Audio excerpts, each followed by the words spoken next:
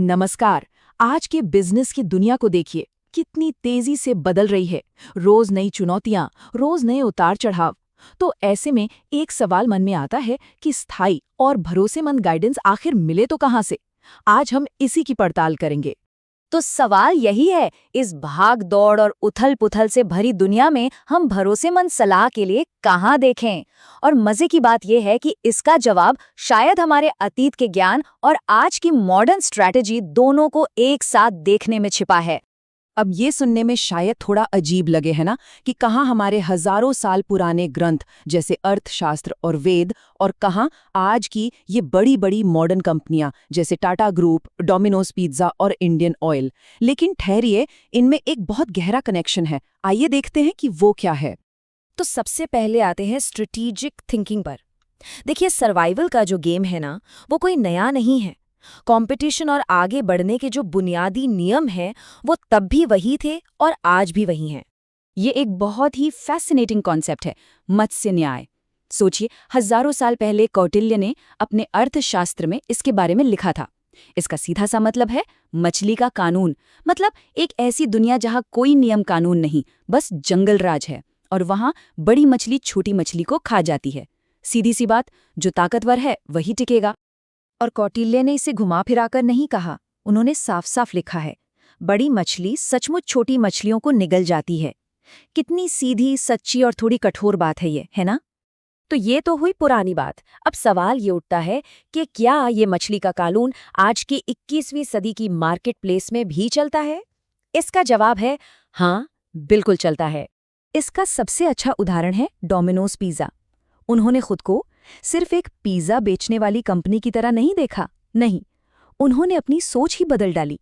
वो बन गए एक ऑनलाइन कंपनी जो इत्तेफाक से पिज्जा बेचती है। और इस एक सोच ने सब कुछ बदल दिया। इसी अग्रेसिव डिजिटल स्ट्रैटेजी के दम पर उन्होंने 2017 आते आते पिज्जा हट को पीछे छोड़ दिया और बन गए इंडस्ट्री की बड़ी मछली। अच्छा, स्ट्रैटेजी की बात तो हो गई। अब बात करते हैं लीडरशिप की, उसकी बुनियाद की। एक लीडर की असली ड्यूटी क्या होती है? ये सवाल भी उतना ही पुराना और जरूरी है। इस बारे में रतन टाटा ने 2006 में एक बहुत गहरी बात कही थी। उन्होंने कहा था कि बिजनेस आपसे चाहता है कि आप खुद पर हमेशा नैतिकता, मूल्यों और निष्पक्षता का एक फ्रेमवर्क लागू करें। मतलब लीडरशिप बाहर से नहीं, अंदर से आती है। और जानते हैं मजे की बात क्या है? एक लीडर की नैतिक जिम्मेदारी का ये आइडिया कोई नया नहीं है। इसकी जड़ें हमारे इतिहास में बहुत बहुत गहरी हैं। यहाँ ये कनेक्शन बिल्कुल साफ दिखता है। एक तरफ है राजधर्म का प्राचीन सिद्धांत, जिसमें राजा का कर्तव्य है धर्म की रक्षा करना, न्याय करना और लोगों का भला सोचना। और दूसरी तरफ देखिए, टाटा के कोर वैल्यूज, ईमानदारी, जिम्मेदारी, उत्कृष्टता। ये मॉडर्न कॉर्पोरेट वैल्यूज असल में उन्हीं पुराने आदर्शों की परछाई ही तो है। तो स्ट्रैटेजी हो गई, लीडरशिप हो गई। अब आते हैं तीसरे और आखिरी मुद्दे पर, मुनाफे से आगे की जिम्मेदारी। ये आइडिया कि किसी भी बिजनेस का काम सिर्फ पैसा कमाना नहीं है, बल्कि समाज और इस प्लैनेट के प्रति भी उसकी एक जिम्मेदारी है। अगर हम अपनी वैदिक शिक्षाओं को देखें तो वहां प्रकृति को सिर्फ एक रिसोर्स नहीं, बल्कि पवित्र समझा गया। ये माना जाता था कि पूरा ब्रह्मांड ऋत नाम के एक कॉस्मिक ऑर्डर, एक संतुलन पर चलता है, और पंचतत्व पृथ्वी, जल, अग्नि, वायु, आकाश, इन सब का गहरा सम्मान किया जाता था। अब चलिए आज के दौर में आते हैं। इंडियन ऑयल कॉरपोरेशन 2021-22 में उनका रेवेन्यू था 7,28,000 करोड़ रुपए से भी ज्यादा। सोचिए जरा, कितनी बड़ी कंपनी है ये। लेकिन अब ये भी देखिए, इतना बड़ा रेवेन्यू कमाने के साथ साथ इंडियन ऑयल ने पिछले 4 सालों में करीब 1,800 करोड़ रुपए CSR पर खर्च किए, यानी कॉर्पोरेट सोशल रिस्पॉन्सिबिलिटी पर, हेल्थ, एजुकेशन, पर्यावरण, इन सब पर। तो ये उस पुरानी सोच का एक मॉडर्न रूप है ना? और टाटा ग्रुप का स्ट्रक्चर तो इससे भी एक कदम आगे है। उनकी जो मेन होल्डिंग कंपनी है टाटा सन्स, उसका 66% हिस्सा चैरिटेबल ट्रस्ट के पास है। इसका मतलब जानते हैं क्या है?